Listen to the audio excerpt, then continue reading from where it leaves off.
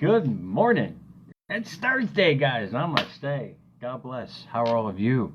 Let me get my pen. Actually, my pens today. I'm going to show you guys something. But first, let's wake you the hell up. Wake up, meatball. It's time to learn some deep stuff today, man. I'm in a great mood. Only because I love sharing shit like this. It really gets... it'll answer a lot of questions why things will happen in life. But first... out of the quote box today. This actually came from Abraham Hicks, an amazing metaphysician. I had to get my thoughts straight here today. I'm so far ahead of myself. A great metaphysician. And she spoke of alignment. And we all know about alignment. We usually relate it to our cars, man.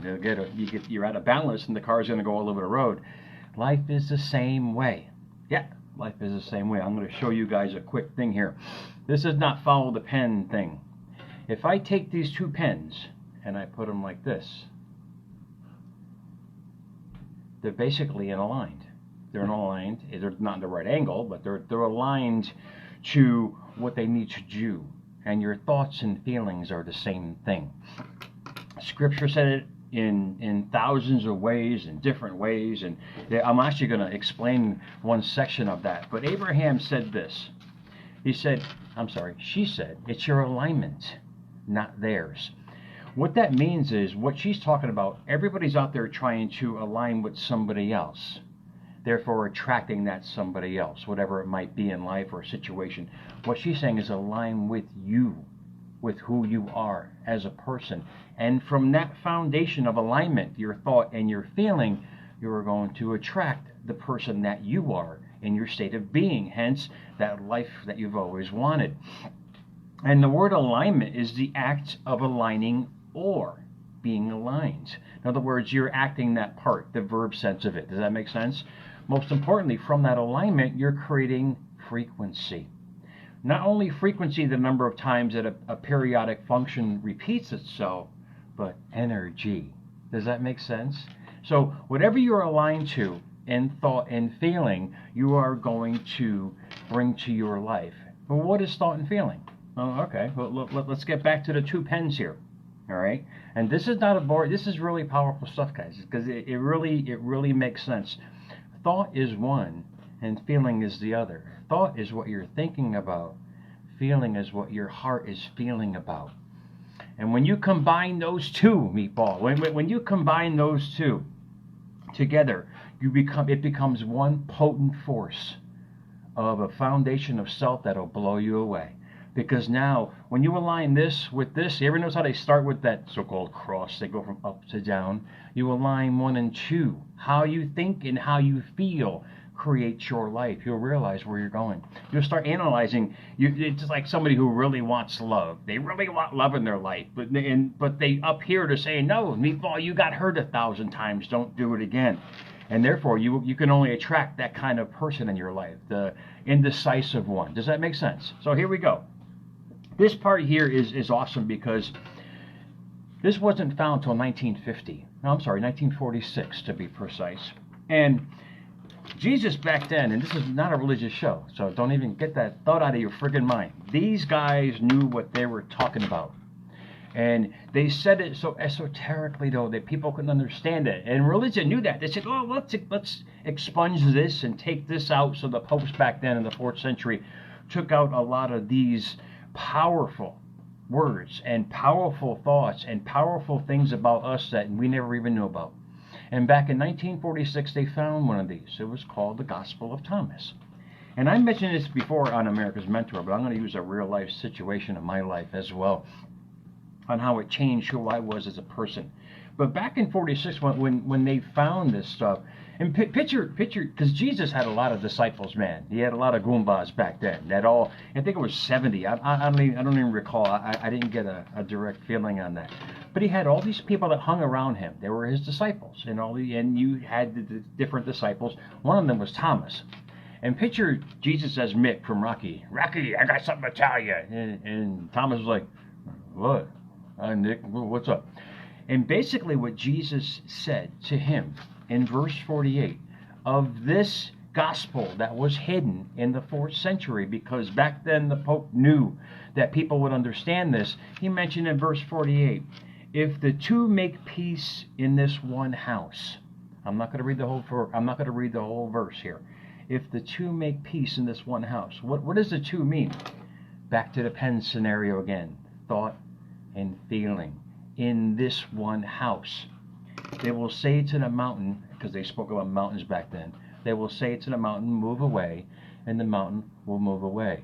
What's the mountain? In anybody's eyes, it's an obstacle. This is what they're talking about. If you make the two, thought and feeling, one, you will say to the mountain, move away, and the mountain will move away. In other words, you'll find ways and you will have obstacles in your life that will encumber you and deter you. But you have to become aligned with what you truly want to have, be, and do, and make a commitment to that. Does that make sense? This is why they hid this stuff, man. This is absolutely amazing. And 106 of that verse says, when you make the two, thought and emotion, one, you will say to the mountain, move, and the mountain will move. What they're saying again is thought and feeling creates your state of being. When you align those two, you take pen one, you take pen number two. This is like a kindergarten lesson today. You take them, you put them in alignment. Can you see the other pen? No. Bam. Your heart and your mind are one. That's when you say to the mountain, move, and the mountain will move. In other words, you know what you want, you're going to get it, end of story, done. It's going to find a way because you're in alignment with your thoughts and feelings. Now, how does this work in real life? We do it every day. It's called be the best you, and all good will come back to you. I say this to my children, I say it to my friends, I say it to my associates. It's that righteous self, that excellent self. Being the best you is you being whole. And with you being whole, you can only attract those same scenarios in your life because you're being the foundation of what you truly want to have, be, and do. So be the best you, that righteous. They say righteous a lot in Scripture. I don't know why. They say just be the best you. Be that whole person. Show the world who you are. The world's going to respond, man. It's going to bring you the most beautiful things. And several years ago, this is a personal story about what I finally did. Several years ago, and I was still in that 12 by 12. I was still a Motel 6 guy. I said, you know what? My life is changing a lot. It's been 10 years since my marriage ended, and I'm ready for a new one, man. I'm gonna give whoever comes into my life, the next person in my life, unconditional love for the first time in my friggin' life. And I started writing this shit down. I started writing it down. I want to find my soulmate. I want this person in my life. I want this most amazing person, because whoever it is and whoever I align with, I am going to give 1,000%. And I tell you, I tell you right now, within a couple weeks, there stood above me at work the most perfect and beautiful creature I have ever seen in my life. And what I did from there was give 1,000%, not for the other person. You got to realize it's not about somebody else or an outside world. It's you creating that feeling in your life, guys. What I gave to that person was everything. I threw the whole artillery shit shell at this person, and I received the most beautiful thing in life, the feeling of unconditional love, which I never felt before in my life. The point of all this is not just getting what you want in life. It's you allowing what you truly want to have, be, and do. And when you let your guard down, when you let go of what has happened to you, and I say it so many times on America's Mentor Meatball, let go of what has happened to you. That's the alignment of thought and feeling together in life. Life can only give you that. You're denied nothing that you don't first deny yourself. It's a hard thing to realize because we have all this baggage in life. We have all this shit that's happened to us in life. And as I mentioned with that last experience, I let everything go and felt the most beautiful, perfect feeling, not from the other person, for myself, of what I can do. in life. You can, that's the mountain that they're talking about in scripture. I'll read it to you guys again. Remember, this is not religion, guys. This is not the big church mega shit. No, this is straight bare bones facts of what they were telling us. They're telling us how the quantum field works. They're telling us how the neuroscience of the mind is explained, but they said it in stuff that people couldn't get. And what did the Pope do in the 4th century? He goes, we got to move that because people are going to understand it and you're going to be powerful. That's the point.